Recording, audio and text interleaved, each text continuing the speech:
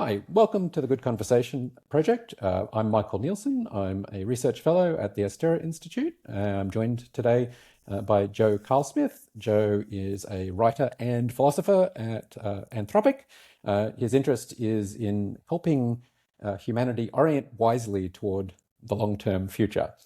Joe, we've talked a little bit before about this idea of deep atheism, which I think is a really interesting concept. You wrote this long essay as part of an even longer book-length essay about deep atheism, and the idea, as I understand it, is basically you're a deep atheist if your fundamental belief or fundamental orientation toward the universe is that it is not benevolent, that it is somehow malevolent. So you give like this great example of Timothy Treadwell, the grizzly man who lived with grizzly bears for 10 plus years, sort of in a very trusting kind of a way, maybe too trusting a kind of a way, as sort of a canonical example of somebody who's not a deep atheist. And then you have Eliezer Yudkowsky, who's one of the sort of the prophets of AI doom, as an example of somebody who's much more suspicious towards the universe. So something that I suppose I really struggled with while reading the essay was like, what type of a concept is it? So I'm like trying to think of it as like a scientific concept. Is this something that we can deduce from the laws of nature? And it maybe doesn't seem like you can, because most of the universe is vacuum, which is incredibly hostile. And so in some sense, we should all be deep atheists. But how do you think about that? Like, what's the right kind of conceptual frame for it? So I think we can try to get a somewhat quantitative-ish definition of at least one aspect of it, though I haven't tried to work this out, so this is going to be rough. Yeah. I will say, I think the most important concept, you'd said not benevolent, and I think not benevolent is importantly different from malevolent. Yeah. And the important thing about deep atheism for me is more about, I think that the notion I would want to center is the notion of trust. And so basically the deep atheist is someone who doesn't trust the universe to kind of take care of them, to go towards good outcomes by their lights by default. And correspondingly, and this is why I got interested in it, feels the need to exert a kind of control over the direction that the universe goes. And that's different from thinking that the universe is sort of actively trying to mess with you or actively hostile in some other more intentional sense. And maybe that's not what you mean, but I just thought I'd clarify that as it's, that's I think, an important backdrop. Very helpful, actually. So it like the way you're sort of describing it, it sounds like it's actually quite a psychological state, maybe primarily. Like it's not the same as paranoia, but it's a little bit related in some sense. I think not necessarily. I mean, so we can talk about this. I think there is a component. So if we were going to try to define it somewhat rigorously, I think what I would do is I'd want to say, okay, let's say you've got some values, and we're going to use those values to rank possible states that the universe ends up in. And we have some notion of the default that happens if you don't try to control stuff. And I would, and often this involves some notion of like, well, in that case, maybe you have some. Well, actually, yeah. Let's just work with that. Yeah. I think my baseline, if I was going to try to define deep atheism, would be say that deep atheism is the view that the world will be bad by your lights by default if some sort of agential control is not exerted over it. And then we could.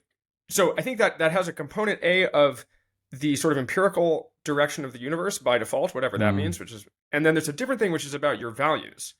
So for example, an interesting counterexample, or a case that I think is sort of an edge case of deep atheism, is suppose your value system is such that the main thing you care about is the absence of suffering. In a sense, this worldview is not. It seems like it's often associated with a kind of deep pessimism and a kind of aversion towards the world because in some sense there's all this suffering. It would be better if there was nothing on this view. But actually, there's a way in which I think this view is not very deep atheist, in the sense that most states, if you imagine the world sort of rolling forward, sort of most states don't have much suffering in them. And so kind of by default, unless someone is like really steering towards suffering, the universe kind of doesn't create suffering. It's like most stuff is just kind of blank. But blank on that ethics is great. It's sort of like the top you can get. It's just a blank. And so there's a sense in which this worldview is sort of very optimistic. If you just don't do anything, the universe probably won't have that much suffering, and that's the best you can get.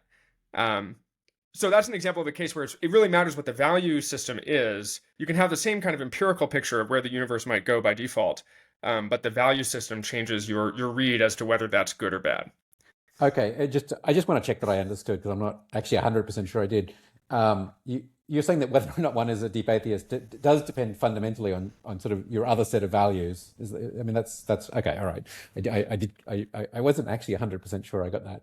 Yeah, that's right. Okay, that makes a lot of sense, and it's still sort of a response then. So actually, for most sets of values, somebody who's living near grizzly bears is gonna think to themselves, I should probably be somewhere else. Like their response is to control the situation. Their response is to say, I need to get out of here. Like living in a tent 300 meters away from grizzly bears is probably not the best idea.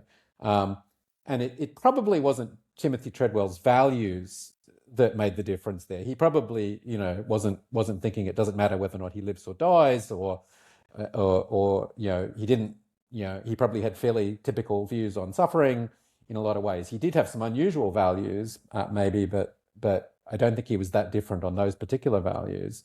But he still then had very limited need for control in some interesting way. And that's what made him, I don't know what the right term is, the opposite term to deep atheist, but he was certainly not deep atheist. Yeah, I mean, the term I use in the series that's the closest is this notion of green. Yeah. And where green is sort of associated, it's a term from the Magic the Gathering ontology, somewhat remixed and reconceptualized, but where green is understood as a attitude that has some kind of fundamental trust in the notion of nature.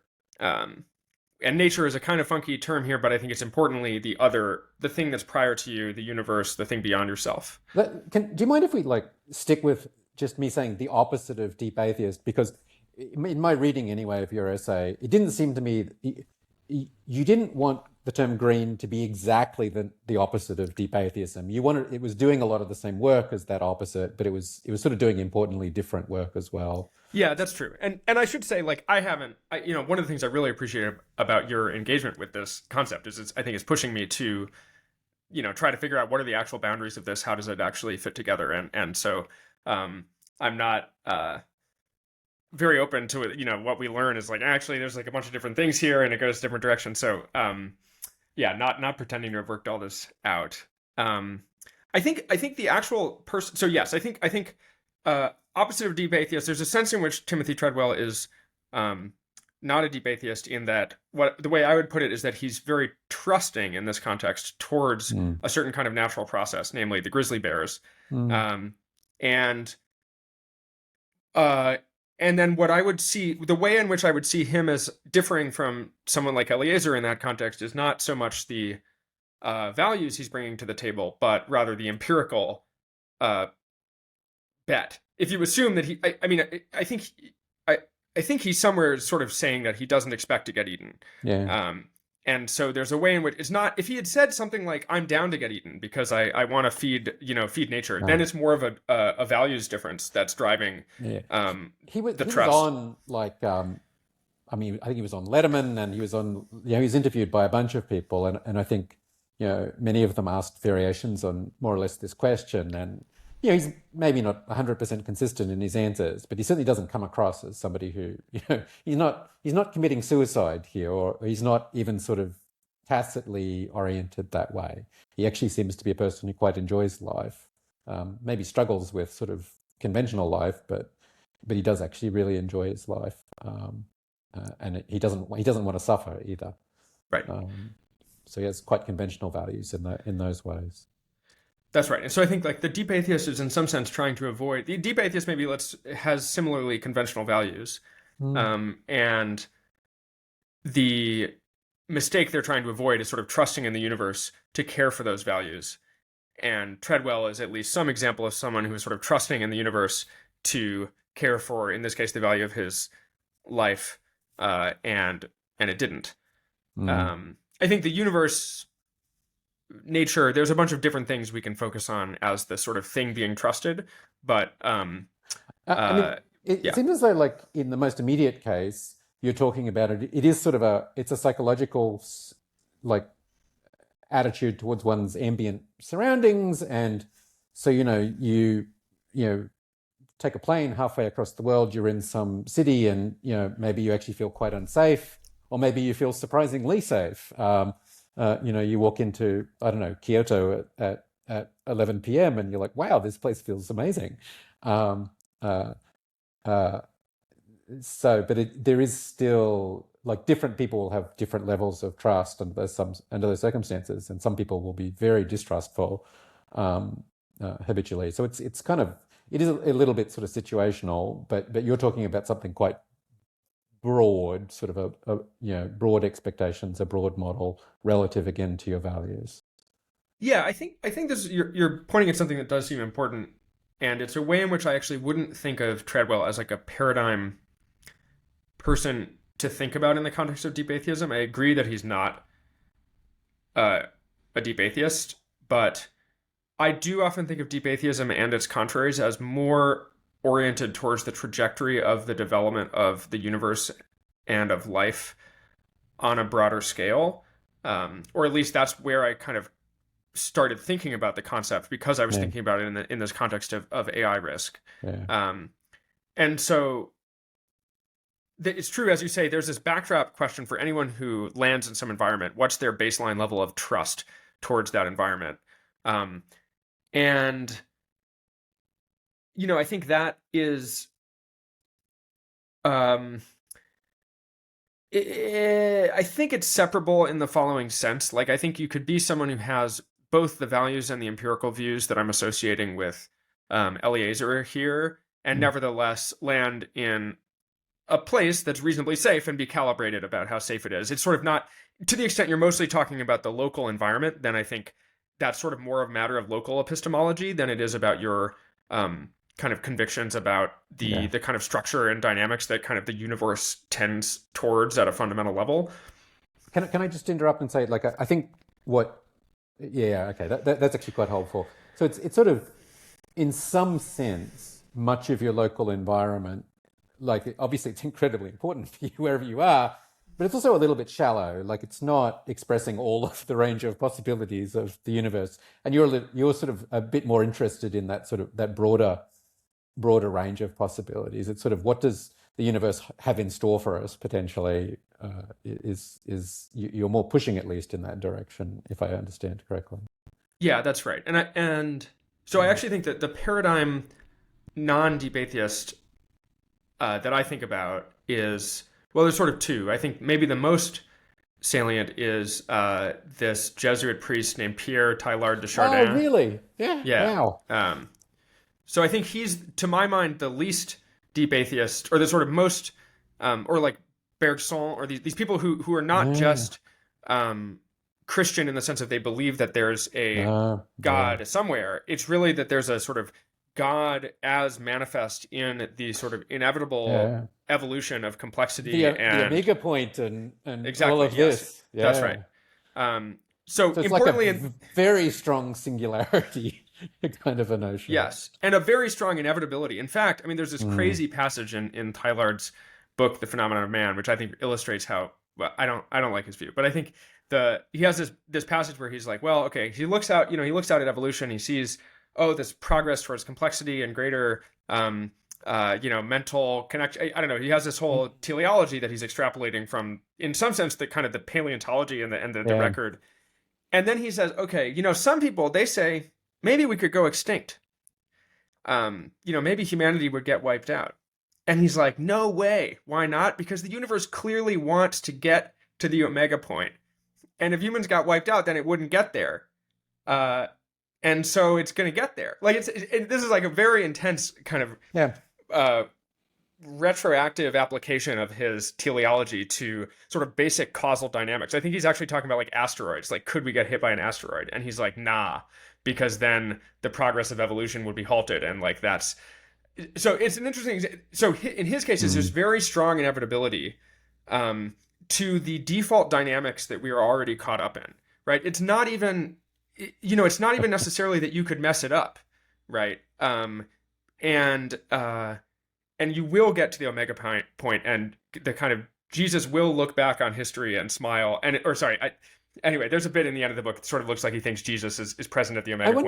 I wonder so he was writing that. I mean, I think that's what, I think 1930s or something like that. And this is before the atomic bomb. And I'm just thinking, and before MAD. And I'm just thinking about like it would be just fantastic to ask him about Petrov and Arkhipov, single individuals who, Right. could or could not essentially push a button. I mean, it wasn't actually a button, but you know what I mean.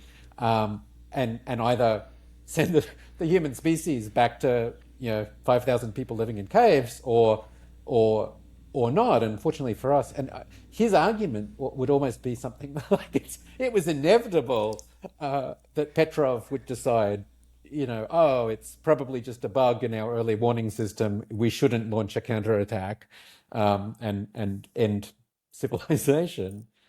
That's almost the point of view he would have to take with that teleology. For that, and I think probably the more charitable version of his view is one that you do see. I think that particular intensity of inevitability of the good outcome is I think rare for people. But I think a view that I would see as more nearby is a view that sort of treats something like the process of evolution, capitalism, natural selection, some analog. I think evolution is probably the best term, and sees that process, if uninterrupted, as inevitably leading to a good outcome. And so Tyler goes further and says, and it won't be interrupted, but we can let that go and be like, well, maybe you get hit by an asteroid, maybe you have a global pandemic, but if you don't, and you just let some kind of emergent, decentralized process of selection and competition and cooperation, etc., do its thing, then very robustly you will end up in an approximately optimal outcome, or at least a good outcome. That's really interesting. I mean, you could sort of view it as at some level like just a point about like what selection filters are being applied. Like if your selection filters are actually pretty positive, then it's actually not such a terrible. Like it's kind of believable that you can make up a story where this makes a lot of sense. Certainly, I don't think somebody like Darwin would have believed this.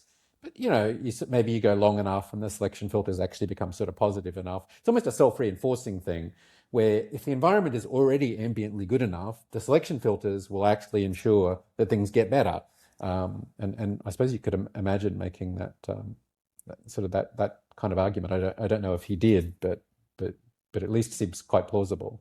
Yes, I think this way of rejecting deep atheism is, in fact, I think, empirically on the table, depending on different sorts of values and like how high your standards are for satisfaction with the outcome.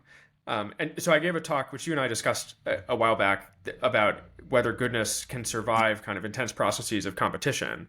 And one vision of optimism there is sort of, well, you have a bunch of competition, but you also inevitably, in order to be, if you think kind of being competitive in many, many processes, and I agree it matters what's the selection filter we're talking about, if being competitive in many, many processes requires something like being friendly with other agents and making deals and abiding by norms that involve respecting boundaries and avoiding kind of zero-sum conflict, if something like the sort of thing that falls out of reasonable game theory or kind of cooperative norms that you sort of expect to see, then if that applies more and more as you go into the process of greater evolution and competition and stuff, And or, sometimes people talk about, well, it's like maybe our global mind is getting more like synthesized together. There's more connections. There's more like, I don't know, maybe the thing to do if you're trying to be competitive is to build a giant coalition with more and more people being happy and more people contributing their part of the Yeah. cognition to some collective intelligence or something like that. I think that's quite close to what Teilhard is talking about. Um, and Mm. I think variants of that, you still see this crop up tons of places. So Tons of people have this sort of implicit can I just sort of vision. Yeah. I think an interesting connection. Like I never would have thought of Tillard as being similar to somebody like Steven Pinker or Max Rosa, but actually, like you're pointing out that there is actually something very important that they have in common. Uh, Yes, though I feel like Steven Pinker does less in terms of what is like he doesn't extrapolate out the graphs enough. Like no, he's sure, sort of sure, like sure, check out my sure. graph, Yeah, and it's kind of like, but he doesn't do a bunch of like, and what happens in the limit of competition, or sort of yeah, what is the teleology of evolution, or something like that. yeah. It's much more But local, yep, and I mean, he's much more empirically focused. He's just interested in this question of, well, have things actually been getting better? Oh, that's interesting. They are, at least on some axes. Why? And then he has a theory then about, as it's essentially about selection filters, and I mean a lot of the stuff that you're talking about. But he doesn't extrapolate it, as you say. He's not trying to claim that in 100,000 years' time we'll all have ascended to the sky and uh, right. whatever. But I do think you're right that there is a similar Mm, sort of shape to the trajectory of history as being presented, which is sort of up and to the right. yeah, As you go forward, there's some sense of trust in the default, um, and and then there's also a question of how concerned are you about that project being knocked off course. So I helped at one point with this book, The Precipice by yep, Toby Ord, which is actually, I think, in many respects, in a sort of Pinkerian historical kind of vision, but is very concerned about this sort of, well, there's a default kind of trajectory of progress yeah. that just needs to be not How can it fail? interrupted, right? But it's not so much about steering it one direction versus another. No, yeah, It's more like don't die. If you don't die, you'll get to the good place. yeah, Um, uh, right. And instead and of I think that asking how can you yeah, die, instead it's of right. yeah, And then interestingly, so I think what one of the but then you start to sneak in more and more ways of dying. yeah, So for example, people are like, oh, well, what if like you get the bad values, and it's sort of like, is that death, or like bad, or like the AIs take over, but you still like the AIs in some sense is quite continuous with the process of capitalism and whatever other. So there's like a weird way in which you can start sneaking in more and more deaths until yeah, it's a little bit unclear whether it's like, really there's a default here, or is it more like you just want to steer to a very particular outcome in the end. yeah, yeah, yeah. Okay, that's also very interesting. It's an interesting way of thinking about Toby's book. Just in general, I think one of the main reasons I got, well, it's actually not why I got interested in it, but I think part of why it's remained so much with me, the deep atheism stuff was, I think it helped me understand better than anything ever before. And I've mentioned this to you that the question of whether or not you believe in God isn't actually that important for religion. Like it's very important in the Abrahamic religions. Moses and Jesus and Muhammad are all very, very clear on this. I mean, was it, I am the Lord your God, and you shall have no other gods before me. And Right. Jesus's great commandment is, to love the Lord God with all your heart, all your mind, and all your soul. It's very important in the Abrahamic religions, but it's not so important in some other religions. There's this fact I love about the Buddha. There are these 14 unanswerable questions in Buddhism, and it's questions like, how did the cosmos start? How will it end? What is its fundamental nature? And the Buddha is like, just quit wasting your time. Like, these questions are just a complete waste of time. Focus on suffering. Like, this is what's important, is ameliorating suffering. And so he's just, I mean, as far as I can tell, he's not interested in a lot of these big cosmic questions that the Abrahamic religions are very, very interested in. And I don't think, Buddhism is certainly much less interested in the question of whether or not there's a God or what the nature of God is, or things like that. And I think, reading at first when I read about deep atheism, I was like, it's so badly named, like what's it got to do with whether or not God exists or not? And I think I've come around a little bit to the term. It's hard to. My first 20 minutes of conversation about it with anybody is always them complaining about the term. So in that sense, I think like some better branding might be helpful. But like I do understand, like it is this fundamental question about your orientation towards the cosmos, and like this question of what do you think the cosmos is about? What do you think its nature is? And it's not something you can't be. You can't be agnostic on this. Like you have an orientation, regardless. Every human being has some orientation of this type. And it is kind of a religious orientation. I've spent a little bit of time like thinking about essentially sort of ontologies, like what else has this character? Big, broad questions about the nature of the cosmos. Just one example. This is, I think, very common among scientists. I find it actually particularly moving in reading Einstein more than anybody else. I think you read Einstein, like his letters and stuff like that, and like the extent to which he believes that the universe is comprehensible and simple, like it is just astounding. He has deeply internalized this point of view, and I can't help. I mean, I get teary reading it, not because I necessarily agree, but just because of the intensity of the conviction. And you're like, oh, this is part of what made him a great, great, great scientist. Is this intensity of belief? And again, this, it's not there's nowhere in the Bible where it says this. There's nowhere in the Torah or any other scripture exactly. I mean, you can make arguments, but they're well, Job. I mean, famously, who were you to be? I made. Were you there when I made the no, hurricane? I forget what. Yeah.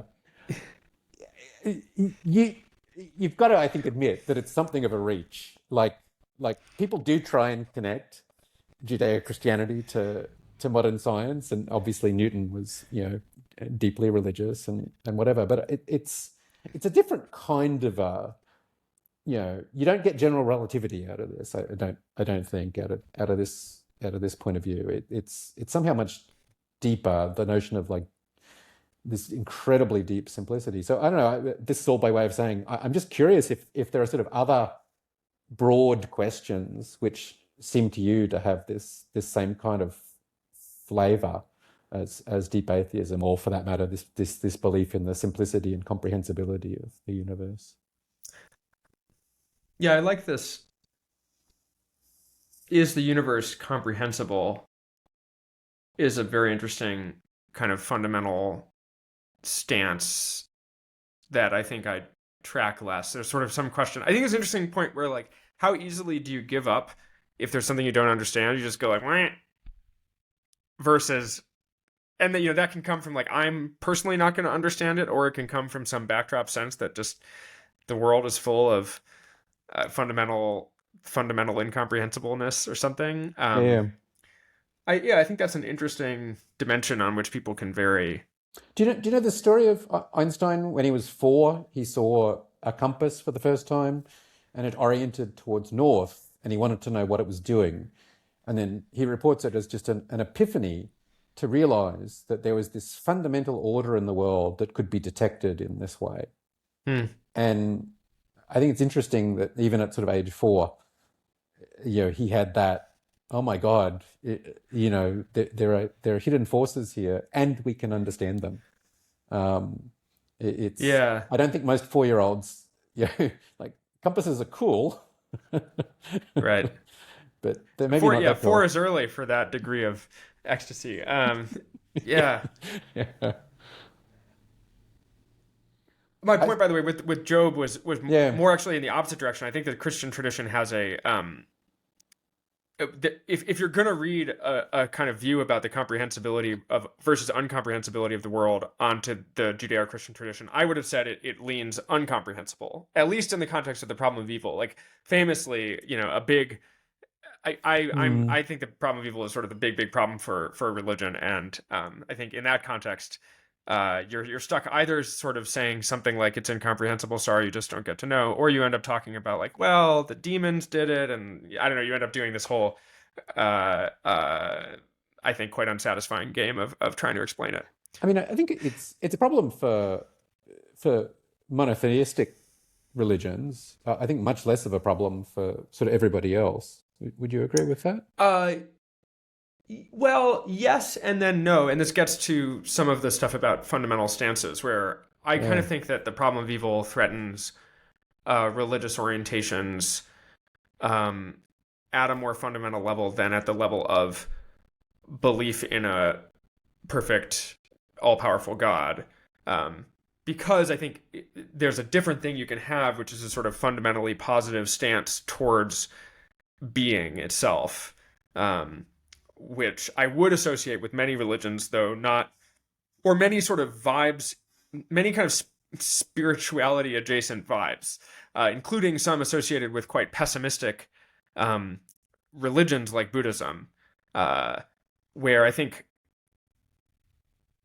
yeah, it gets. I don't want to talk about too many different religious traditions at once, but I Yeah. do think there's a way in which a kind of fundamentally, like I think a little bit about, like, Allen Ginsberg has this poem where he's like, holy is everything, holy the saxophone, holy the city, holy, holy the cock, holy all these things.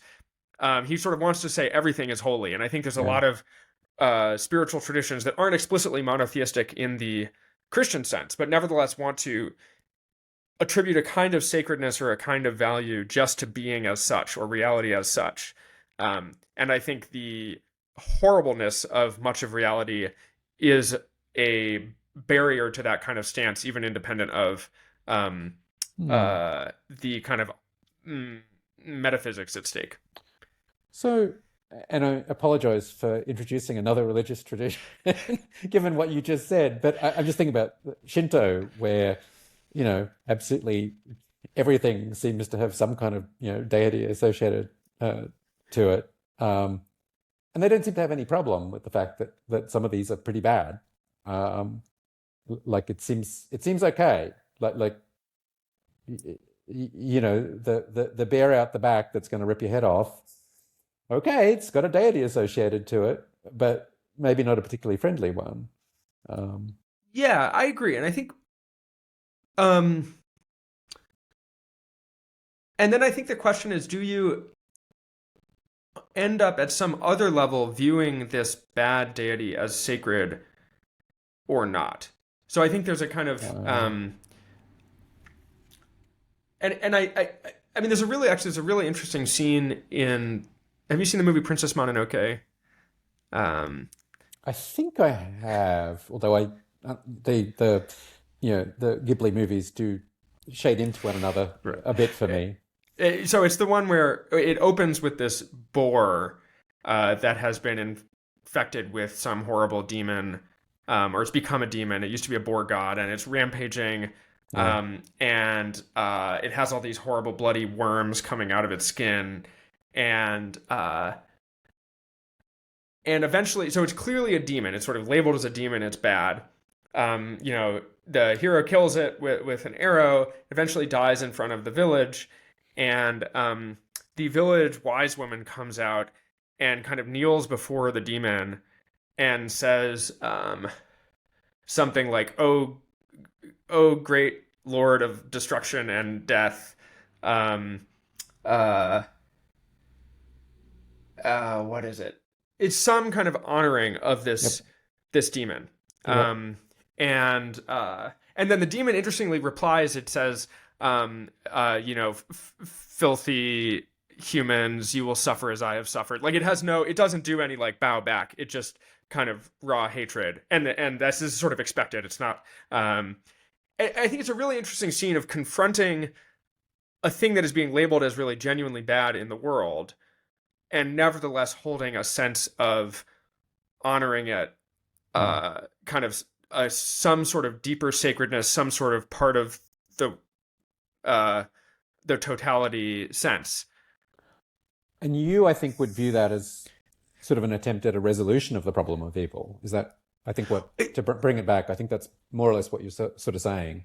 Is that right? Well, or it's the version that seems best to me. So I think there's a type of Okay. I think the balance I feel is necessary is some sort of, you need to be able to say that bad things are bad. Like really say this is really, if you see some horrific, like, maggots eating someone's brain, or someone just like going, horrific suffering, torture. I think there's something that feels really wrong about honoring that and saying like, this is holy. There's something important about being able to say, no, this is bad, and we will end it and we will stop it, and it is not sacred. And then there's some other level at which one wants to be able to affirm or kind of maybe not affirm, but sort of love or forgive. There's a sense of grace. I think this is the sort of synthesis of deep atheism with spirituality that I attempt in the series. Is like, you want to be able to both mistrust the world at an empirical level and nevertheless have some kind of love for it, in the same way you love a flawed thing. I think you've written about this in like just sort of at the level of individual aging and death as well. I think where you're quite sympathetic to the idea of sort of, it seems to me anyway, of sort of celebrating that process and accepting that process, but also rejecting, like you're doing both, like you particularly sort of at the end of a life, and immediately after. Somewhere in one of your notes you talk about with I think quite justified disdain about the fact that at funerals sometimes people will not, they will tell half truths, they will be just not honest and not frank, and that's a moment at which you, as far as I can tell, sort of want a lot of frankness and whatever. But there is this sort of interesting, at least the tension I feel when you're talking about individual deaths, between wanting to fight it and regard it as, yes, this is something where we do want to exert control, we do want to defer things, and then at some point there is a moment at which one accepts it and one starts to integrate it and one starts to celebrate it even.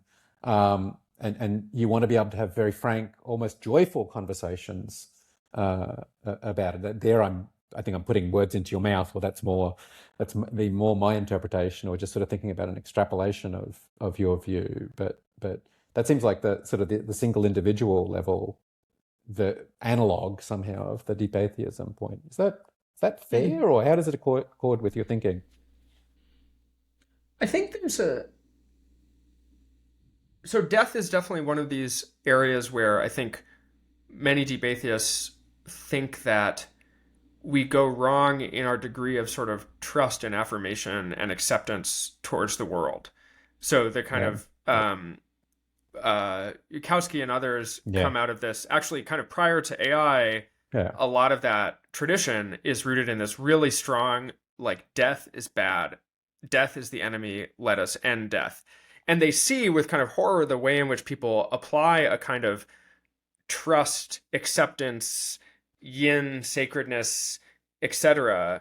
Vibe to death. They see this as almost like a kind of learned, well, I don't know, there's different diagnoses, but there's a way in which I think they think this is really misleading to be like, oh, death is sacred, death lends meaning to life. That's a kind of cope that causes you to exert less control, when in fact and maybe that makes sense when you can't control this, but if you actually can, then you need to be able to see that it's bad and that you should change it. So two of my favorite poems, one is Dylan Thomas, do not go gentle into that good night, famous, rage against the dying of the light. And this is the deep atheist point of view that you're sort of talking about, which is fight back about it. And then there's Wendell Berry, who's, I think, very much a green in your description. He has this wonderful poem about the peace of wild things, who do not tax themselves with forethought of grief. And he has a very, very, and you're sort of, in some sense, actually, I think in some sense, part of, I think maybe why I respond to a lot of your writing and really, really enjoy it, is I almost feel like you're attempting a synthesis of these two points of view, where you regard them really as a consequence of a single deeper point of view, and you're searching for what that deeper point of view is. I don't know whether that's a obviously I'm massively putting words into your mouth here, but I think instinctively that's part of what I feel in it. No, I appreciate that. I think I am trying to I'm trying to synthesize this stuff. I don't know that I'm um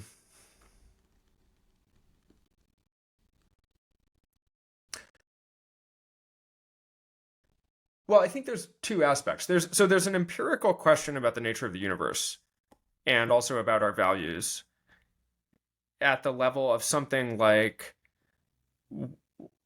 what philosophers would call like axiology, which is sort of like how good is the good, where you're just sort of looking at a state of the universe and you're kind of ranking them, and there's just a kind of particular way of evaluating an outcome. And you've written about this and we've spoken about it a little bit, is there's a different thing, which is sort of like, what is the subtlety of the shape of your kind of spiritual orientation towards this, both this empirical picture and this picture of your values, but there's some other component, which is like, what is the integrative pattern of resistance and acceptance and love and rejection? Like there's a bunch of ways your mind responds to particular things in the world, where I think I am trying to somehow hold space both for a kind of like genuine hard no, a kind of this is bad to be fought against, to be killed, to be like this should be ended, and it's not sacred, it's bad and should end. This is the Dylan Thomas part of you. And then you also want somehow to see underneath there's some way in which there underneath that needs to be love, or there needs to be some sort of grace, forgiveness, or at least that's the synthesis that I'm trying for. I think sometimes about like like, does Jesus ever kill like, how does, suppose Jesus is Jesus like nonviolent? And I'm like, no, I think sometimes you need to, where Jesus is some notion of a moral exemplar. The sword, like he refers to a bunch of times, I think. And so like, if Jesus has to kill something in the world, like what is something evil? How does Jesus kill it? And I guess I sort of think he like kills it with love somehow. Like he like sees its true nature, and there's a way in which it is holy for him, and also he's doing something that needs to be done. Can I give an example, actually, which is, it's a very different direction, but same person. Jesus, the story of the Gospels does do this incredible thing of making death into something to be celebrated. Like you have a story of a terrible death which ends in triumph. And I think that's a very interesting sort of rhetorical move. I mean, it's quite an incredible thing to have done, to have made that into something which is an occasion for just incredible joy. And sort of my understanding is that that's the way Christians, or many Christians anyway, relate ultimately to that. It's like sort of the worst defeat followed by an even greater triumph. Though it is tough because it's very particular empirical story. Yes, indeed. And that is the concern about this, the way in which a lot of Christians get around some of this deep atheism. I'm kind of like, well, it's different if there's like heaven at the end and all this stuff. And it's kind of a get out of jail free. A little bit. That's right. Oh, I see. So you're sort of saying, yeah, okay. So this is, of course, a very conventional Christian response to the problem of evil, is just to sort of punt and to say it's okay. Here's the big reward at the end, no matter what. Am I understanding? I think that I think there's at least, I don't think that is enough as a response to the problem of evil. Like even with heaven, I think people are like, well, how come couldn't God have created a world where you just didn't have like forest fires burning these deer alive? Like, I don't know why you got to do that, God. But I think there is a way in which if you have heaven in the background, it is easier to see the fundamental stance towards fundamental reality as one of trust and affirmation. Because ultimately all shall be well and all manner of things shall be well. Even though, I mean, I think a nice thing about Christianity is because heaven is kind of bifurcated from earth, or at least this is more the more traditional Christian view. I think people like Teilhard are doing something different, but I think the traditional Christian view is Earth is fallen. The sort of natural world is beautiful but broken. That's how you are able to accommodate all the ways in which this is this is bad, and then heaven is a different story. And so there's a way in which you can actually be. In fact, there's a theist blogger named Bentham's Bulldog who has a sort of post sort of affirming a kind of deep atheist stance. There's a kind of horror towards the actual empirics of the world that's possible as a theist. If you're this sort of theist who has put your stock in heaven or the hope of heaven. Okay. Yeah. Yeah.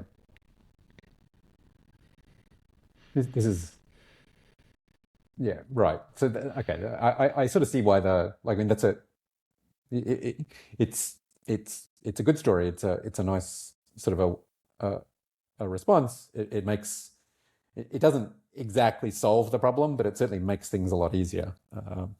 I think to go. I would feel radically different I mean, I think there's also a way in which if you're a theist, you nevertheless think that somehow the ultimate explanation for things grounds out in a perfect being.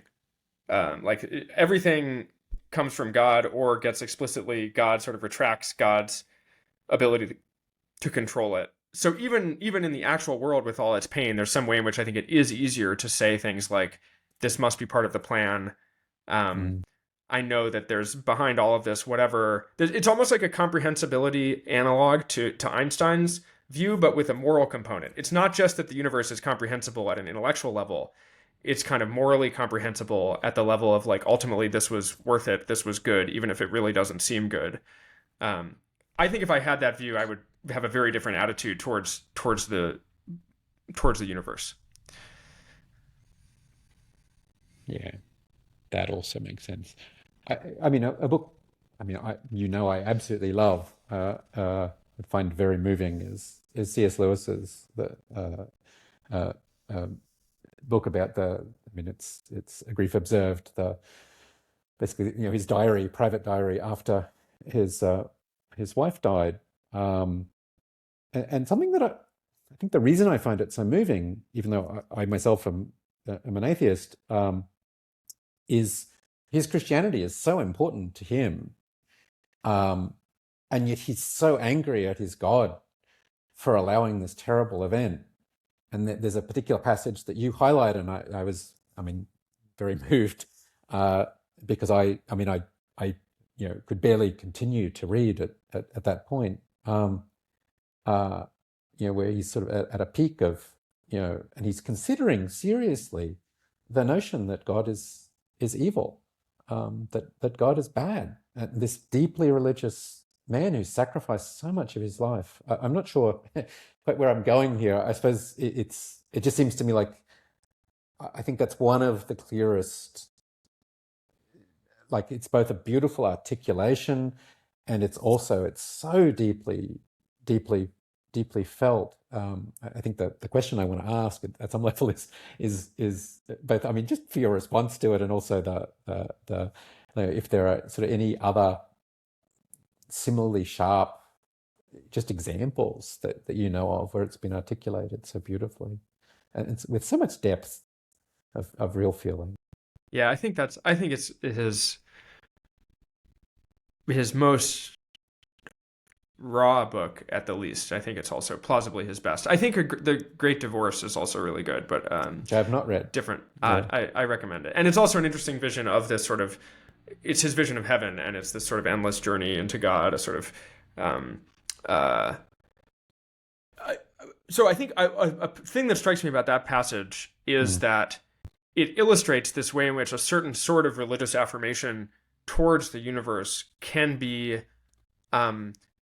separated from one's metaphysics of God. Like, so it could be that you still believe in God, but you've lost a kind of affirmation of God, basically. And this also happens in Brothers Karamazov, which is another example where and again, it's the problem of evil that does it in that case, where I think it's Ivan, or I don't know, I forget the character's name. He's sort of, in virtue of the suffering of children, he sort of hands back the ticket. He sort of hands it back, even if it's justified. He sort of, I don't want to hear the story for why, it's okay for these children to be suffering in this way. Maybe in some sense, it is okay. I don't care, God. I'm giving you back the ticket. And it's a little elusive exactly what's going on there, but at the least there seems to be some rejection of God that is nevertheless compatible with still believing in God, and almost like believing in God is good. I mean, I don't know. There's some interesting pattern of loss of sort of deference or dependence on God, and I think this comes up in a bunch of other. I think, like I write about in the series about the play Angels in America has a similar thing, or if Philip Pullman. There's a lot of, I think, really interesting these patterns of stories where there is a God, and nevertheless your role is to not defer or sort of trust in God, but rather to be an independent agent in your own right.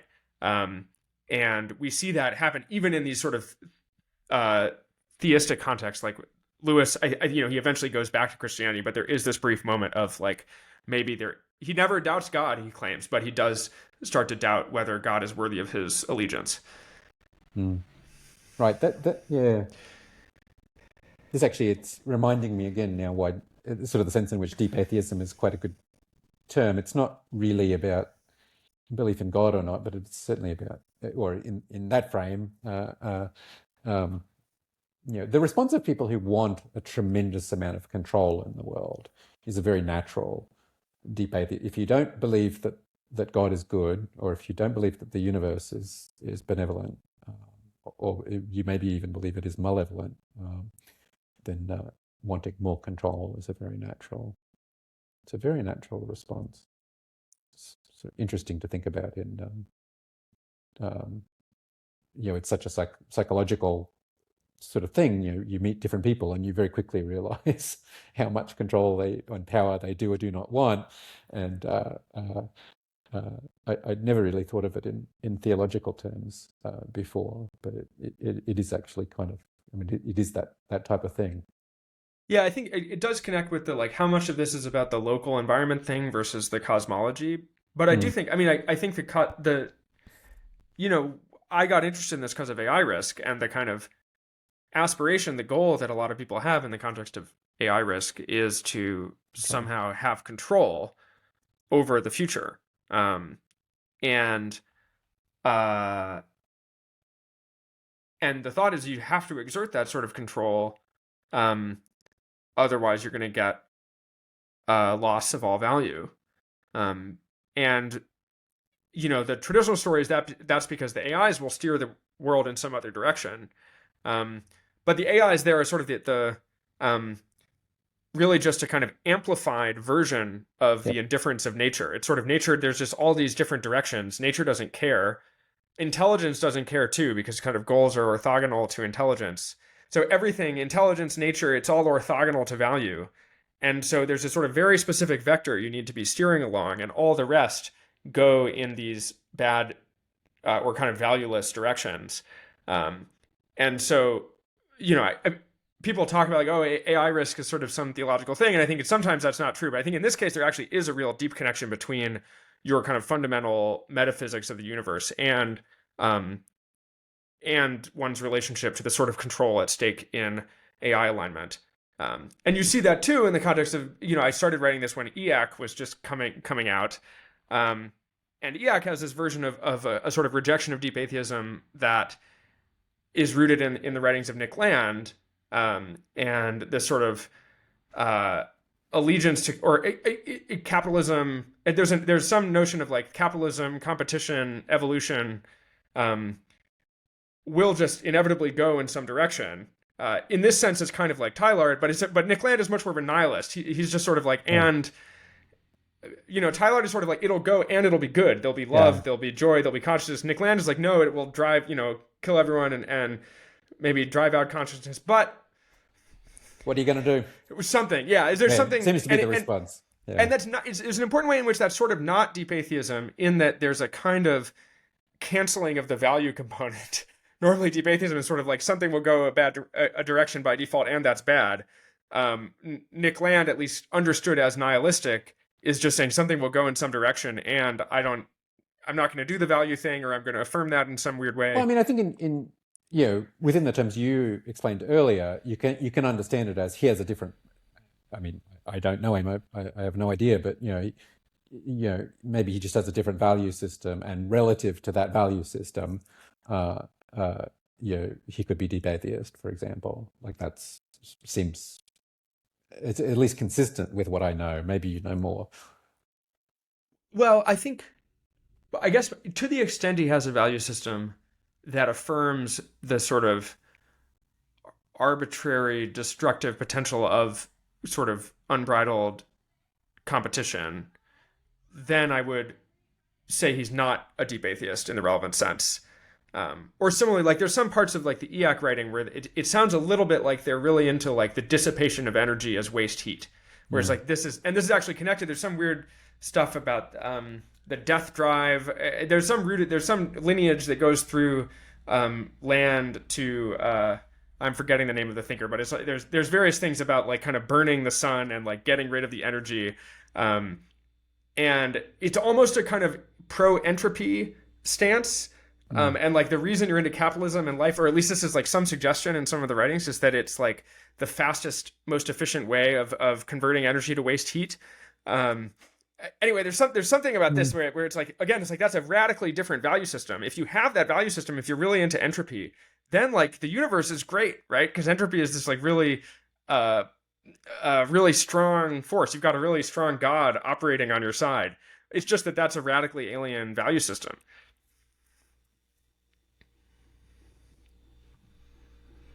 Yeah, it's a funny thing to want to be maximizing.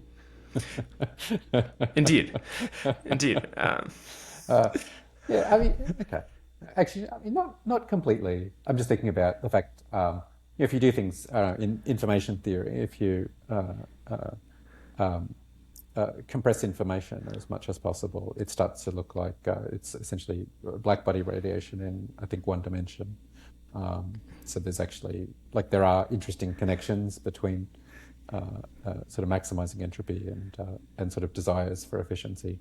There's a great paper from, I think it's 1996 by Chris Moore, and I can't remember who the other author was. It's about this. They're interested in the question of looking at signatures of alien civilizations. Let's assume that they're very concerned with maximizing the efficiency of how they communicate.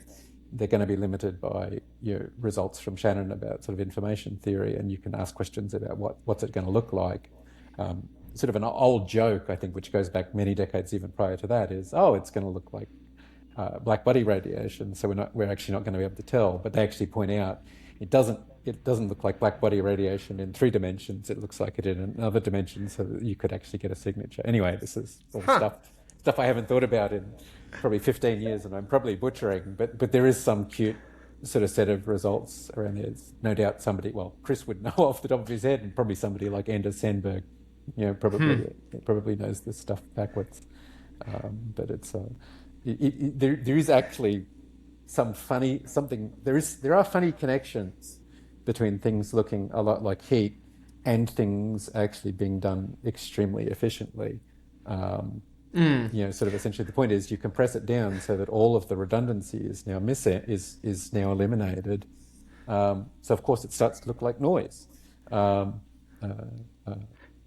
That's what goes on. That's kind of the intuition behind it. But I should probably shut up.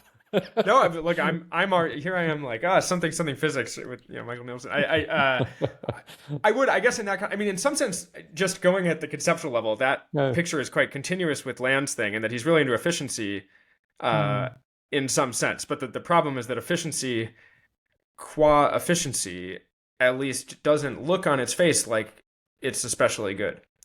You need something that it's efficient for. Now I don't know, I think there's some interesting questions here as to whether like maybe the process of like life and growth and intelligence is really quite nice and benign by default, even as it becomes more and more efficient, or more and more powerful. Maybe sort of power is actually like really deeply unified with goodness, enough to that's sort of the best guess version in my head of a kind of actual empirical worldview that could Yeah. falsify deep atheism at the empirical level. I mean, this is something like that. very Steven Pinker kind of a style argument to say, actually the way to succeed in a world once you've achieved, some minimal level of law and order is actually to be very trustworthy. It's to trade. It's to communicate well. Sort of all the good boundaries kind of stuff. And it is interesting that it seems there are at least some simple models in which this is actually you sort of get an emergent ethics, which is really surprisingly positive, out of what seems like quite a brutish world. Yes, that's the sort of thing I'm talking about. I think the question is sort of how does that work? Does that sufficiently protect the weak? I think is an important aspect. So we do just see like there's a thing, predation, raw predation that also happens. Have you ever read the Code of Hammurabi? I haven't actually read it, eye for an eye or whatever. But it just starts. It has the most amazing piece very early on, where he explicitly says that the purpose of it is for the strong to protect the weak. And he's like, my understanding is that it was probably sort of codified and developed very early, as he was kind of getting started.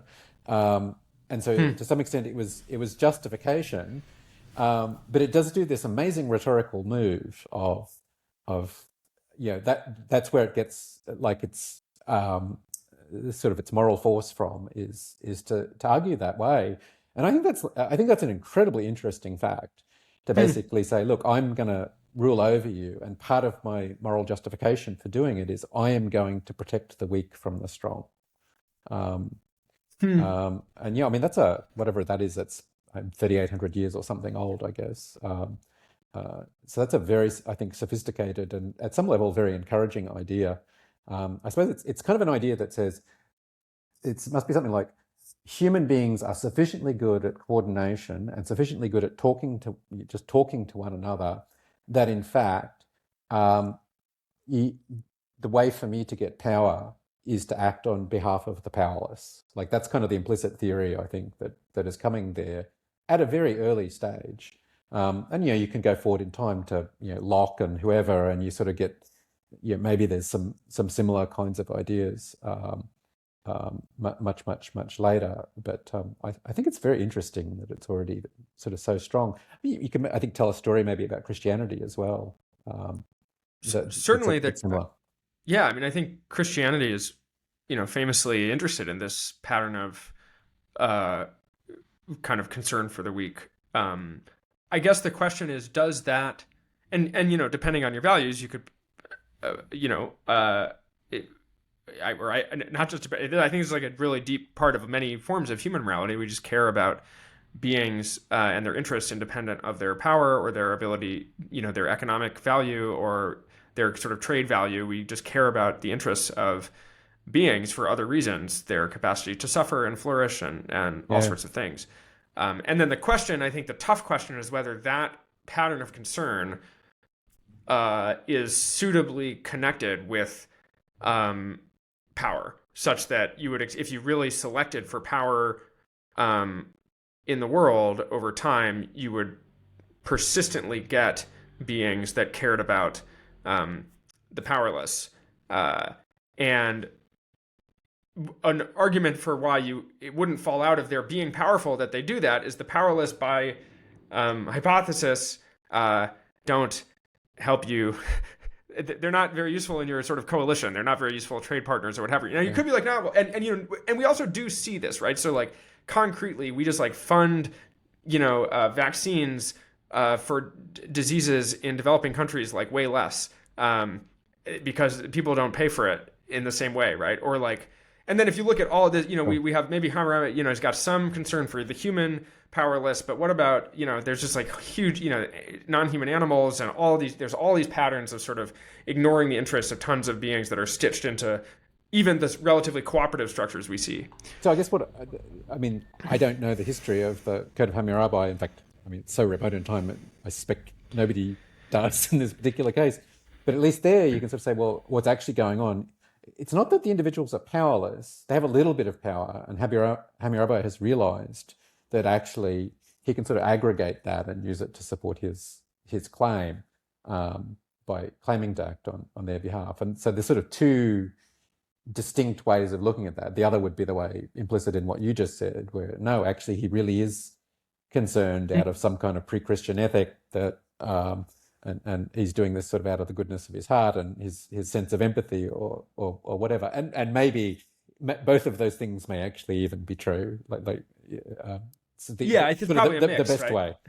Yeah, totally. I guess the question is, and I think it's an important point here, which is that, so if you think about, you could think, well, it's really hard for people to have no trade value or to be bringing nothing to a coalition.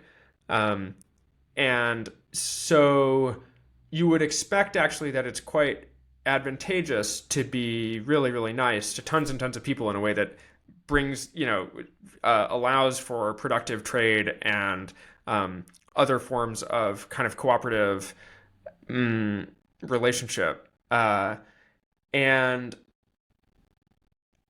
I think there's just a bunch of sort of gnarly empirics there.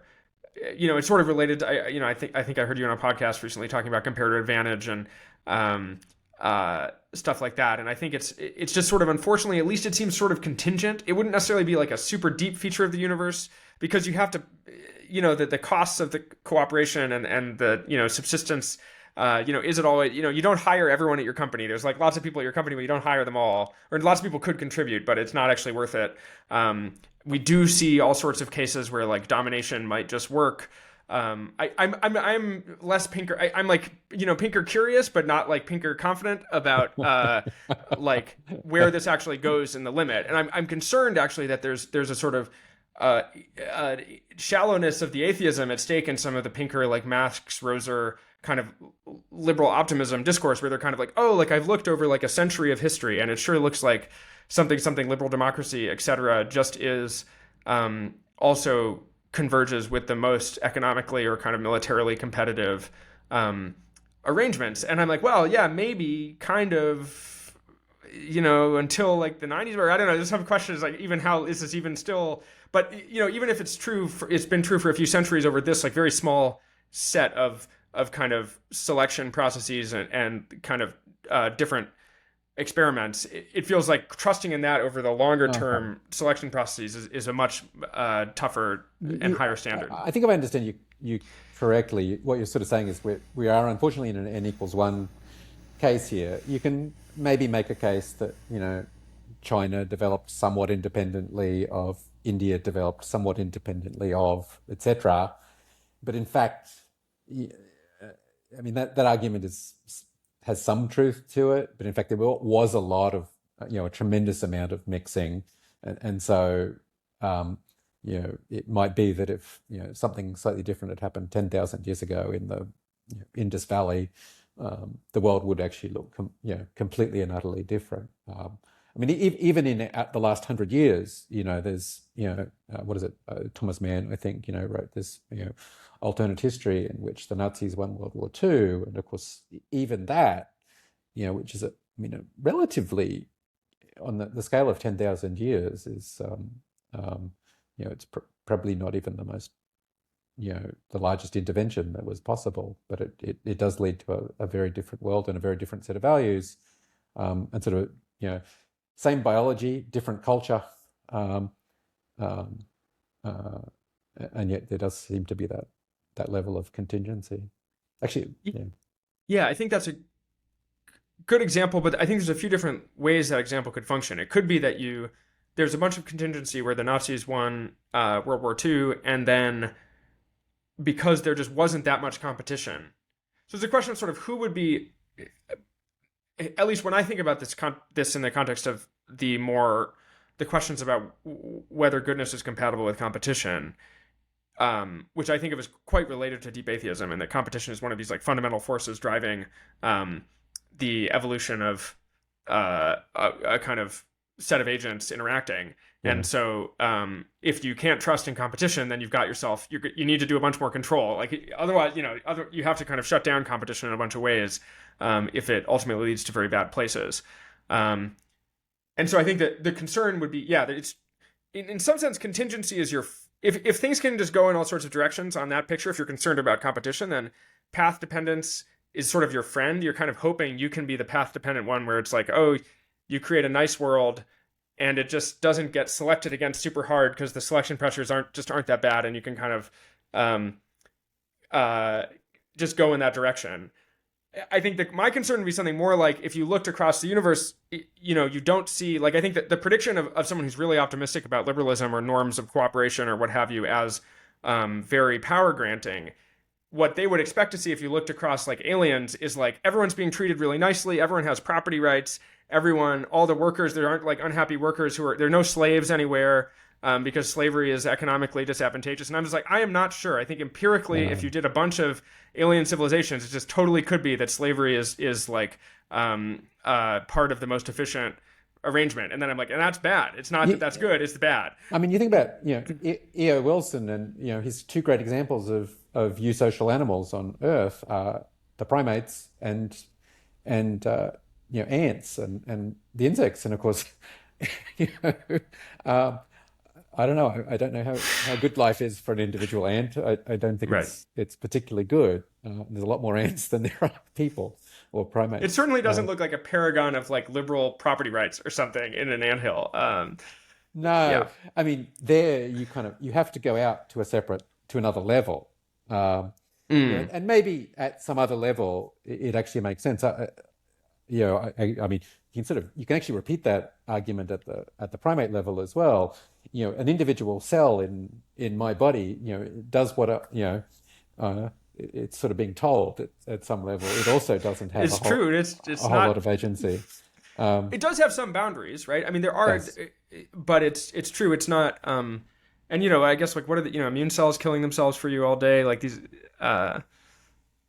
who's paying them? What are they getting out of it? Exactly. Like it's not a very. This is definitely some sort of very extreme dictatorship, which is much more along the lines of the sort of the ant colony, I think. So there's sort of, I don't know. There is like there's different levels of abstraction, and we're sort of focusing at one particular level and saying we get property rights there, but it does seem as though in order to get it there, at some other levels, you actually have these little dictatorships going on. The cytokine response is doing its thing, and your immune system is responding or whatever it is. I don't understand very well how to think about those separations. It's like you sort of have a particular type of morality at one level, and then it goes away completely at other levels, and that might actually be necessary in order. I mean, I think it to some extent it's unsurprising if you think that the right kind of norms or like the dynamics that shape the equilibrium at a given level are just kind of empirically contingent and they alter at different levels, then you should just expect you'll just see lots of variation in terms of what kind of morality emerges at a given level of organization, because sort of just different dynamics apply. And this would sort of be my best guess, right? Like, if you look at nature and you're like, well, there's like, sometimes there's a bunch of cooperation and sometimes there's a bunch of predation. And really depends on the case, And if you go and like, if you're like, it's a fundamental law of nature that everything is like predatory, it's like, well, not only, there's some nice stuff. And then if you're like, oh, everything is like cooperative, it's like, no, that's not right either. And I agree, if you look at different organizations in ourselves, I mean, I think there is an interesting question of like, is there a step change at some level of intelligence? So my friend Katja Grace, who you also know, has this great post about like, why don't we trade with ants? And her take is like, well, you can't talk to them. Yeah. Like if you could talk to the ants, we could totally trade with them. Like we could get some great, get them doing stuff for us. We do know a lot about the chemicals. We know an awful lot about how they communicate. So I'm not actually, I'm not sure. Well, maybe the trouble is on the other side. Maybe we can sort of send information to them, but they're not necessarily that interested in talking to us. Well, there's some like set of we can manipulate the ants. And we do this with sheepdogs and stuff. Like we can make an animal useful to our purposes by training them. And I can imagine a case where we like put down little chemical trails I don't know, what would you want an ant to do? You want an ant to clean out your pipe or something? Well, very often, right? People just want them out of their house. Oh, right. You could just lead them out. That's right. As opposed to killing them. They do signaling to do that. That's true. I was thinking something a little more like if you're trying to apply comparative advantage arguments to the ants. I'm just poking, I guess, a little bit at Katcha's argument to say that, in fact, at least I think we can communicate in one, relatively limited way, but we can communicate a little bit with them, but maybe not vice versa. They don't really have any. I don't know that they have a concept of us.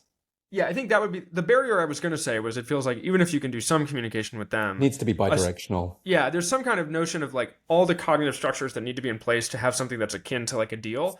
As I'm saying that though, I'm like, well, how do we understand other forms of symbiosis, right? Like, yeah, indeed. There's some way in which the deal can take place at the level of selection, rather than at the level of communication. So.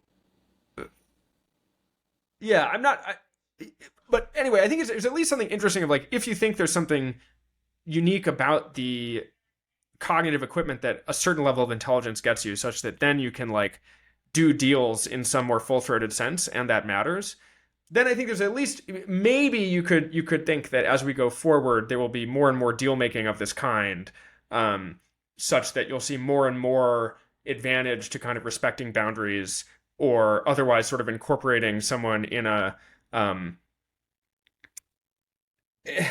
I'm saying, it's sort of like the fundamental dynamic that I think you would expect to crop up that seems very real is something like, it'll often be the case that two agents will do better by both of their lights by not fighting, right? That I think is going to be a real robust feature of the world. And it's you have this great writing about like, what are sort of happy features of the universe? What are things that aren't, deep atheisty, and I think something like that is nice. The existence of gains from trade, the existence of kind of mutually beneficial stuff. Even just, the fact that threat displays are so often much better than actually fighting, in so much of the animal kingdom is at some level, surprisingly encouraging. Right. And sort of it all mitigates against a sort of a deep atheist point of view.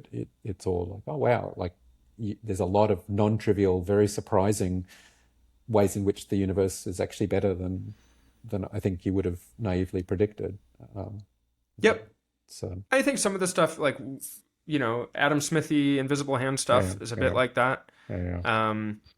There is a bunch of especially I think it starts to feel especially non-deep atheist if it's a decentralized, uncoordinated process that nevertheless leads to a good outcome, and because then it's kind of uncontrolled default.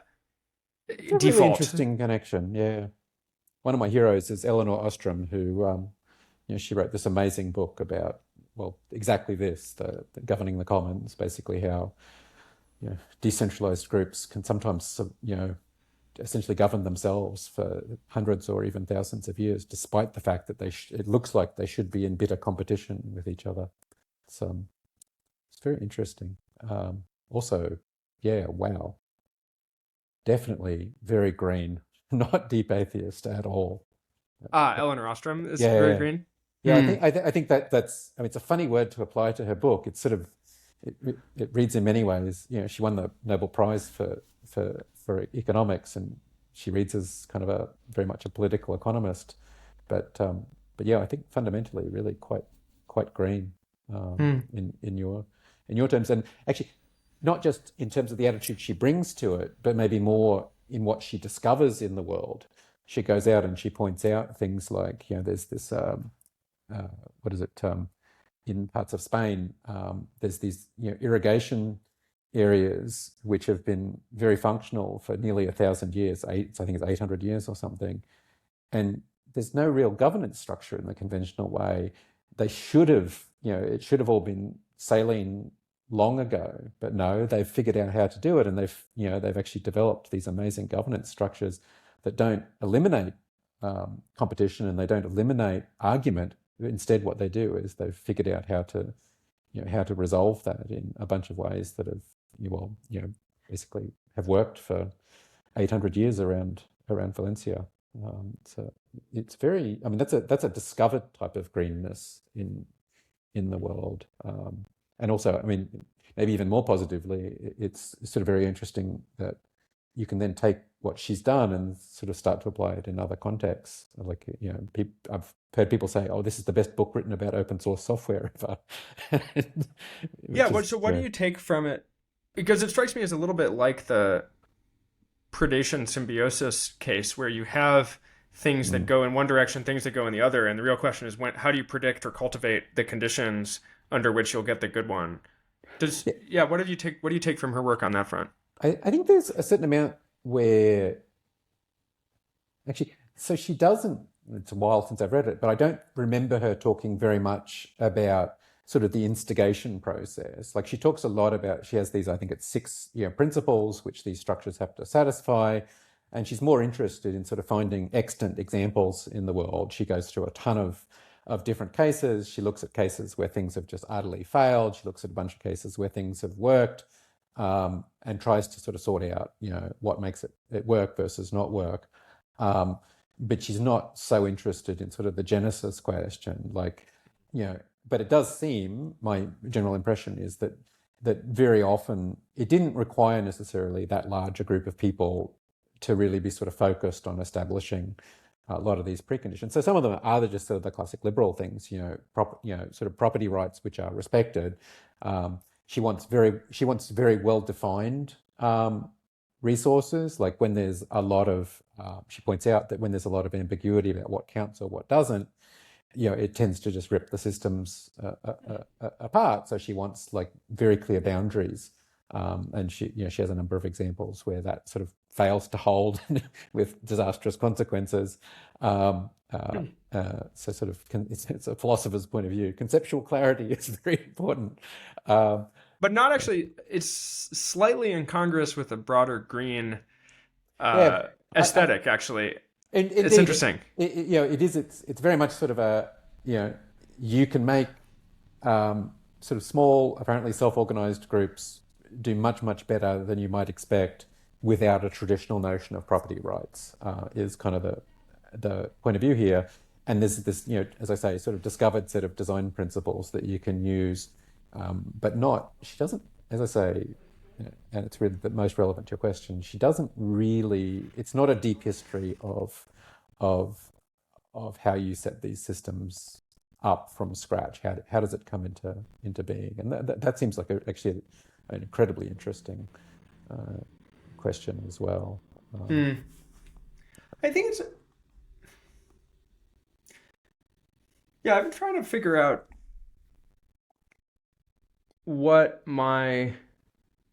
how pessimistic I am about some of these self-organizing, decentralized processes. Partly because I want to name, I think you can actually go the other direction in terms of deep atheism, where you actually have more allegiance to decentralized, competitive, uncontrolled processes, but you don't think they're inevitable in their victory. You think there's actually this, I think maybe both of us have written about this in different ways. There's a sort of way in which some of the threats to the future come from a kind of uncontrolledness of the world. You've written a lot about the vulnerable world and sort of having a lot of actors who have access to very dangerous technology that can kind of destroy everything. That's a kind of, that discourse leads very quickly to this very intensive need for control, in particular political control in that context, and especially scary form of control where you need to like lock down the access of more and more actors to more and more stuff, or do surveillance, or exactly. Yes, doesn't seem to be any particularly good solution. I mean, it'd be interesting to see, can you get like an Ostrom like thing, because you don't have the It's not, there's no sort of iterative potential with these sort of one strike and you're out cases. So I guess I imagine like there's some way in which self-organizing systems, they do better when there's a chance to be sort of robust and iterative and messy, and stuff where it's like, no, you're just never allowed to have this thing happen ever. It ends up being a worse fit. All the violations there are, they're relatively small and relatively local, and so you get sort of a lot of benefit from that. You also get a tremendous amount of surveillance, but in this very friendly way, where a lot of it is just being done by essentially neighbours. They know each other, and the rules tend to be of the form: if two people have a conflict, get a third party witness, kind of a thing. And so if you're dealing with fisheries, or you're dealing with forests, or you're dealing with these kinds of things, that's often, it's not necessarily going to work 100% of the time, but if it's working 95% of the time, you've solved 95% of your problem. And Right. And she leans a lot on that kind of argument in a very compelling empirical way. She's not just talking about it in theory; she's actually gone and done the hard slog of finding out how it works in practice.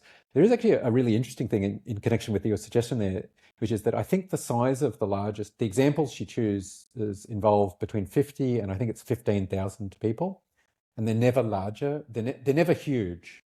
And I think maybe that's quite a discouraging thought for attempts to do it at real scale. So you'd mentioned open source software as a potential but again, example. Open source projects tend not to involve many people. I don't know how many people are contributing to the Linux kernel, but I'm sure it's a large number. And even there, to some extent, they've transitioned, I think, more to something like a sort of almost a government model where, there are relatively centralized sort of arbiters who have a lot of power. Just the ability, honestly, the ability to, veto or accept commits is already, that's a governance structure there, which, maybe doesn't have quite the same analog in something like an irrigation system around a city, where you just have a lot of farmers sort of separately irrigating. There's certainly still some centralization of power, but for the most part, like it wasn't, the whole point was it wasn't being delegated to the city. It was actually being done collectively by essentially by the farmers. I'm curious, do you think, like, I feel some concern that, I go around and I'm kind of like, well, there are these there's risks from too much control, and there's risks from too little control. And you got to look at it case by case. Yeah. And, reality has a lot of detail. And, and then from there you can kind of, and I do see these debates. I think people sort of have an intrinsic, they're like they have more allegiance to one versus the other, and they feel they want to come in with a prior about like, well, that involves control. And it's like, well, I don't know. But I'm kind of like, is this even a productive, like, should we kind of give up on this as like like it's sort of, this, you can notice these tensions, notice the dialectic, but like, it's not very productive to be like, and whose side are you on? Or like, and who's, I don't know. I'm curious curious your reaction. I think when you say that, it seems so much like my instinctive response is, you want an allegiance to closely watching the world, right, and sort of then responding contingently, not holding on too closely to your ideological sort of, priors. If it turns out that classic liberalism, is taking you in the right direction, great. But if you start to see a whole lot of exceptions, maybe you want to think pretty hard about. That. I agree, though. I think like sometimes it's very banal, but but I think there is a question of So, for example, like so there's the vulnerable world stuff is interesting, and I feel like you've been admirable in your attention to the painfulness of some of the trade-offs that the vulnerable world dynamics implicate. And though I haven't heard you come out as hard as Bostrom on like, the only solution to this is some intense. I remember you had a deep discussion of privacy at one point, but depending on how you set up the empirical assumptions of a vulnerable world thing, you can just, I mean, Bostrom does this by definition, is he's like, the vulnerable world hypothesis is basically that set of circumstances such that you need this horrible surveillance apparatus, surveillance state in order to avoid it. And he's just sort of like, in some sense, you can view the paper as like, hey guys, like there are ways the world could be such that that's the only way you avoid existential catastrophe. His other solution is a singleton, more or less. I mean, that seems to be the two. You sort of.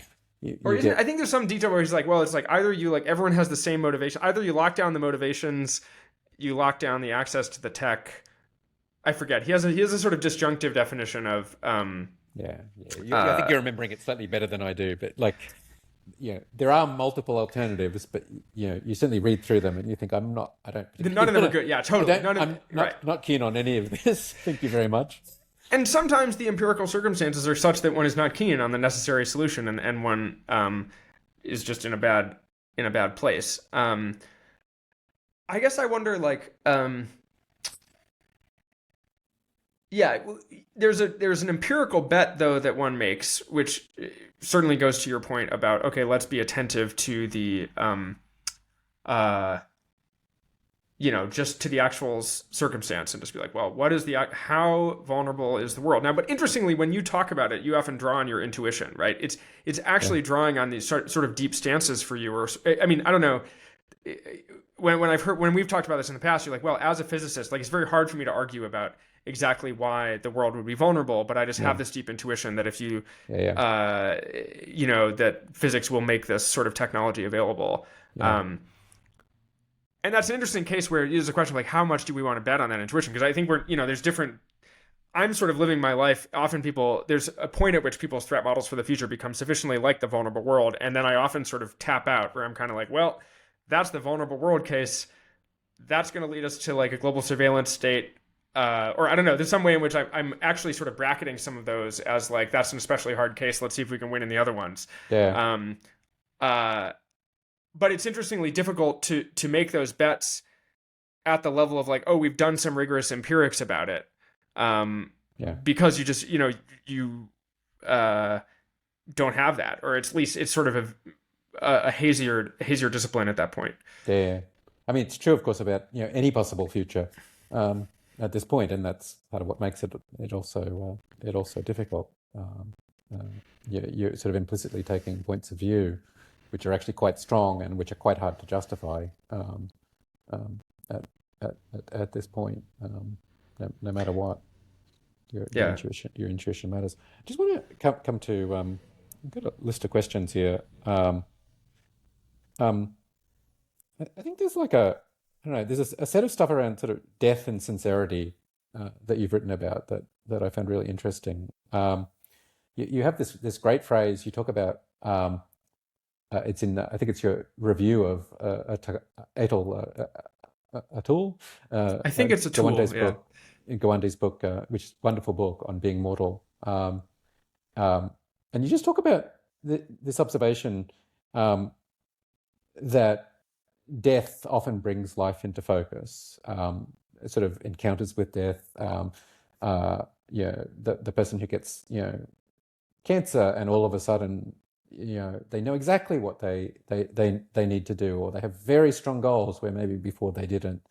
And in some sense, it brings people into focus, and it also and I don't know you used the word there, but you've used it a lot elsewhere. That it sort of makes people more sincere sometimes. I thought this was like a really interesting, and you talk about sort of having it as an aspiration for yourself. I mean, the most basic question, which I have some instinct for, but I don't quite understand, is I mean, why does it do this? And sort of on the other side, like, why is it so hard to be sincere some of the time? Even people who are really trying it, you talk about fake thinking versus real thinking as well. It's sort of a separate line of thought, but it's clearly very connected. And it is very tempting to do fake thinking when you're in creative work, which is a little bit detached from the world. And and why is that the case? So I suppose just very, very curious about why you think the threat of death is so helpful here, and how do we simulate it in other ways, so to speak.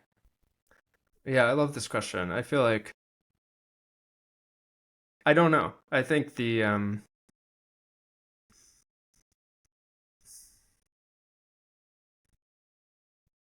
partly, and it's interesting, there's some of these terms like sincerity or fake thinking. It's almost this question of like, why would you do the other thing? Yeah.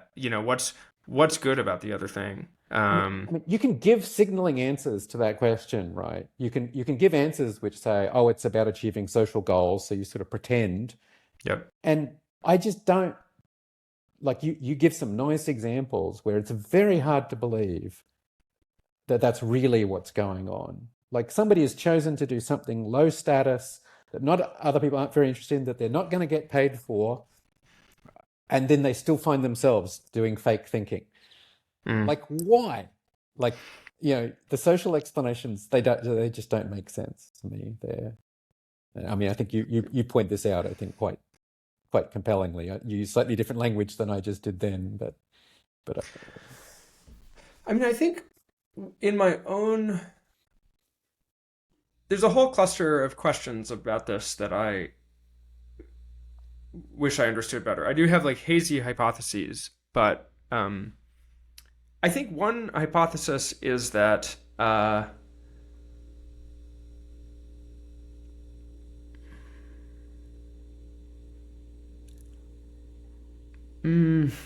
yeah, what is it? I mean, the death. Let's just focus on the death case. That's a great example, right? So why does the consciousness of death? And this isn't like Heidegger. He has this whole thing about like, being unto death throws you out of the they. I think the they is actually sort of his analog of inauthenticity, and it's kind of similar to fake thinking. You're caught up. I think for him, it's a very social notion. And so you're caught up in some like social plane, and like the contact with your own death throws you into your like bare existence and consciousness of your existence as Dasein or something like this. But yeah, it's sort of like, what is this thing where you get caught up in the they? What is inauthenticity? What is bad faith? It's also like, what is shallowness? I think for me feels like a related notion. Like, why would you be... We have this notion there's like ways of being shallow, or ways of being not present in the world, or there's like all sorts of non-ness, like non-there, non-real, that we that are really a deep part of our lives and our baseline ways of being. I guess, yeah. So like things I would guess about is like, one is that it's there's clearly, I think, something going on with not wanting to look at things that can play a role in this. I'm not sure if it's so like if your brain is constantly doing a like, I can't look at that, I can't look at that. I think it can, or if it has a bunch of inner conflict that it doesn't want to resolve. There's some way in which if your mind is not able to be coherent and kind of sit with itself and is instead bouncing off of things all the time, I think that contributes at least to various forms of unreality in this vein. Can I give what might be a concrete example? Actually, I'm going to ask you. A lot of scientists, particularly often in an academic context, will get quite frustrated because they're very curious about a set of things, and they get used to the idea that if they apply for grants or whatever to do this, they get turned down, and instead they're doing something else that they know they can get funded for, but they're not actually. It's adjacent, but it's not actually. And I have some sense that they're having to fool themselves all the time, and so the work becomes a little bit insincere. It's a little bit more fake thinky, to use your term. Does that seem like an example where that this kind of bouncing off is likely almost a survival strategy? Like that's the only way you can go on there. Yeah, I think that. So I think that's. I guess the way I would put it is when something is like harnessing fewer aspects of your being, it often becomes faker. Like the kind of paradigm of being really real thinking in my head is like your whole system is kind of firing on all cylinders. You're really kind of fully present. And I think same with something like an encounter with a terminal diagnosis. There's some way in which it unifies your system towards an end. Whereas something like doing work that you don't actually want to do, there's some part of you that is like, I'm not bought into this project. I'm out. And so you're kind of losing like a part of your brain. Again, this is like a hazy model I'm making up. Yeah. But that's the sort of thing I think there's like a way in which at least one dimension of being like real, authentic, sincere something is getting all parts of your cognitive resources to sort of be together and look at each other and be willing to kind of be in the same room and doing something together. And if like half of them are noping out, or half of them are pretending they're not there, and half of them are going to sleep because they're bored or whatever, then you're like less alive. I don't know. That's one model I sometimes work with, but I'm not sure, that's a kind of at the level of kind of folk psychology. It seems as though, yeah, okay, it's very interesting. I think it seems as though, like, at least part of what's going on, like, I don't know. I mean, we both do this very abstract, creative work, and at least some of the time, you don't know what you're doing. You're like pursuing something because you sort of have to. I mean, parts of this conversation, I think, have been very speculative, but you're entertaining possibilities in the sincere hope that it does lead to, sort of to progress on goals which you really deeply care about. I'm just sort of thinking about death. Actually, maybe, sort of, I think related to what you just said, that the fact that it's interesting to think about. I suspect a lot of people essentially, quit their job when they get a terminal diagnosis, sometimes just for practical reasons, but sometimes I think also for meaning reasons. They realize it's interesting that some other people, it's the opposite. I believe George Orwell wrote 1984, after being diagnosed with tuberculosis. And there's certainly, I think, a number of examples like that where somebody, really, it seems to have concentrated their attention enormously in the way you're describing. I suppose actually both of those things are consistent with what you're saying. It's like it's forcing you to choose. Am I really all in on writing this book? Or, do I really want to, go and spend every waking minute with this person or that group or in this location or whatever? Yeah, okay. So it's sort of a symmetry breaker. But there's, I don't know. I love this question of like, why does it do that? And why do we, but I am curious now. It's like, why do we not ordinarily do it? Yeah, exactly. We're all dying all the time. Right. I think there is something, I think one thing that is playing some role is a kind of resource preservation. So for example, when I think of like, sometimes when I'm doing bad fake thinking as a philosopher, the reason I'm doing it is because it's easier. It's like it takes a kind of energy to, instead of working with some framework that is familiar and kind of chopping the logic, to be like, no, what is true here? And then I'm like, oh, but that concept is a little fake, isn't it? And I can see myself wanting to be like, can't we just work with that? And I'm like, oh, what if we really, is that really right? And there's some way in which it's like, it's burdensome and effortful to have to try to refactor your ontology to make sure that you really believe in the way you're thinking about something.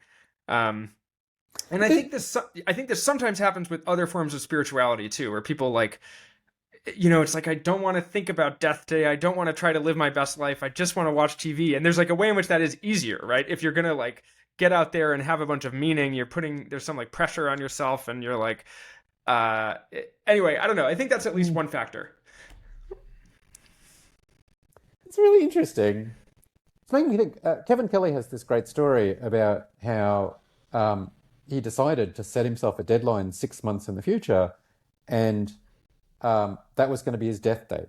And he was going to try and live literally as though he was going to die then. And, he gave away his money. He did. Wow. He really massively restructured his life. And he tried as hard as he could to prevent himself from thinking about things after that date. No, that was the end. And so in some sense, he's gone through sort of a very, I mean, it's a LARPy kind of a thing, but which he took very seriously of trying to act as though he's going to die. So he's actually gone through a practice death.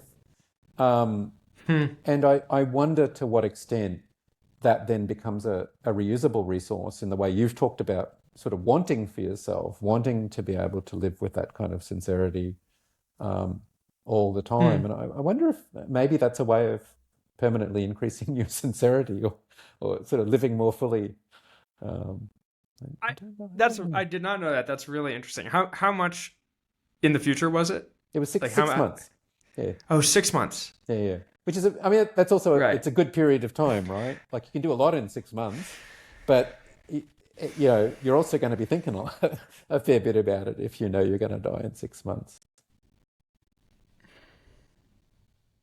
Yeah, that's crazy. Or I feel like if you were actually doing that, you would just make all sorts of mistakes. Like you shouldn't actually, I don't know. There's something often wrong about pretending that something is high stakes is false, or anyway. But it certainly seems interesting. I'm sort of skeptical that it's possible to, at least in my experience, the effort and the kind of project of trying to have a certain kind of spiritual orientation stably does not ever involve a single durable just like, and now I am always something. It's sort of it's more like diverting a river where your mind has some, like you can have epiphanies that change how you are. Yeah. But it, at least for me, and I think some people's psychology is different, but for me, it's much more like you have an epiphany and it does change your orientation in some substantive way. And it has some structure. It's almost like a lock. It's like a key that opens some lock in your mind, and that does change the structure of your mind. And then if you keep hitting that motion over and over, it wanes in its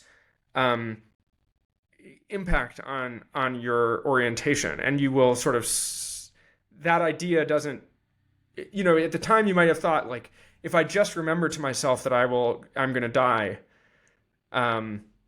in 30 years or what, let's say you have like one day you wake up and you're like, oh my, sometimes I'll watch a movie or something, I'm like and I'll come out with some intense sense of existential urgency or something. And you can imagine like, why does that go away? Well, I don't know exactly. There's some way in which your brain, it's like sort of a novelty thing maybe, or it gets the message and then it moves on, or your physiology changes or something. But in my experience, at least, it's sort of much more about having an ongoing injection of the effort and new ways of coming at it, and kind of continually, slowly, patiently becoming more the type of person you want to be, rather than like a kind of a thing that always works. So for him, at least in this particular case, if I understood correctly, there was it was an ongoing process. There was always this event slowly, marching closer one day at a time, and where every day he sort of had to get up and think about, how am I restructuring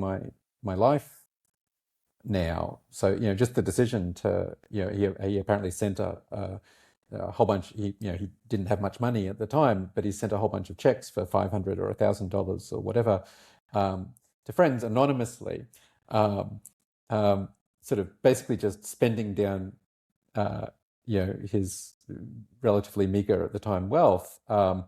And that's a very, just that act alone. And also, I mean, just the choice of where am I going to be and who am I going to spend time with? He sounds like that was something that he considered very deeply over 6 months, and he was reconsidering, and he was actually having to move himself around and do all these kinds of things. So in some sense, it was a stable focus that, however, required continual decision making, which I think is sort of, that's a slightly different orientation than what you've described, and maybe it was very helpful. I don't know. Yeah, I guess I'm often more optimistic about kind of practices, or like something where you do a thing and now you're in you actually have to be doing something each day that is renewing, or just having had a thought or even an experience or even a quite profound experience, I think is at least harder for that to have a very lasting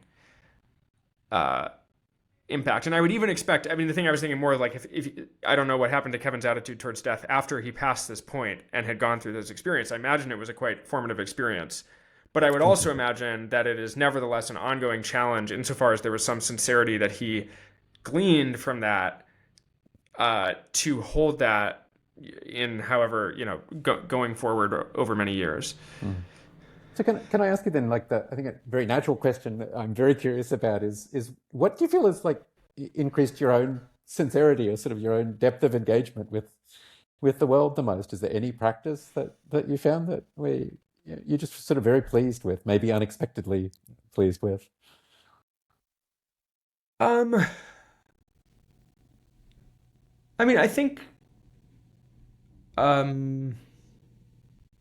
certainly death is one instigator. I think I've done a bunch of meditation and kind of adjacent practices there that was, I think, a little less about, there was some of that was about cultivating sincerity, and some of that was about something more like presence or like a kind of prerequisite poise in engaging with the world. I think actually some kind of ethical inquiry has made a difference for me in the following sense. I think there can be a lot of what can feel like insincerity is if you have a kind of background agenda that you're not acknowledging. Like I think that, and so I think there's some exercise where you kind of go like, what actually am I doing? All of it. And you try to sort of have like a full, it's not like there's some secret extra thing that you're not looking at.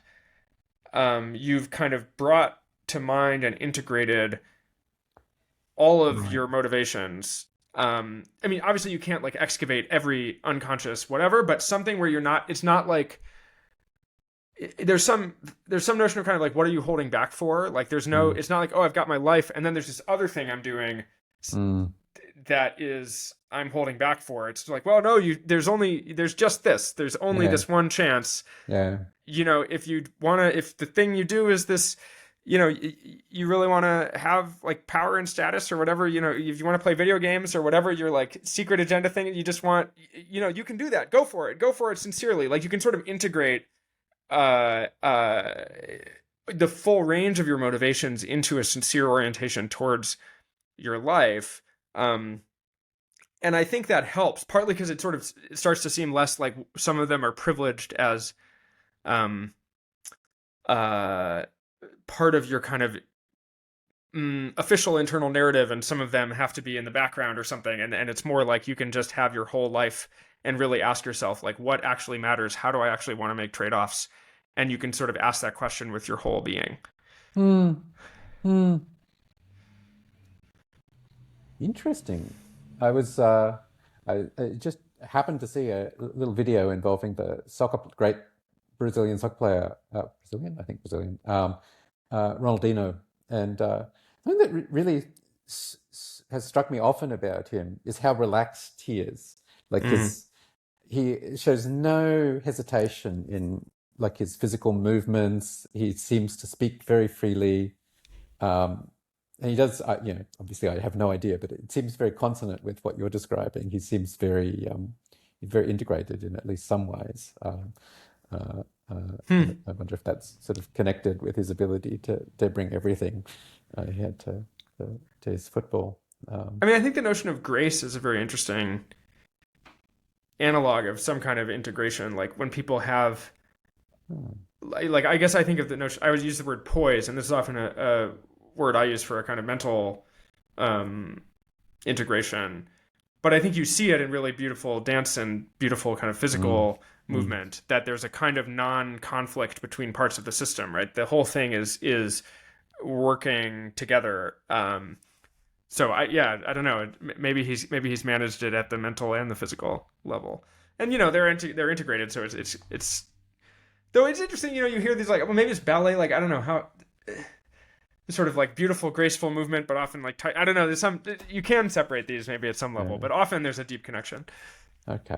I think we'll end there on a balance between mental and physical grace. Seems like a very, very nice place to end. So Awesome.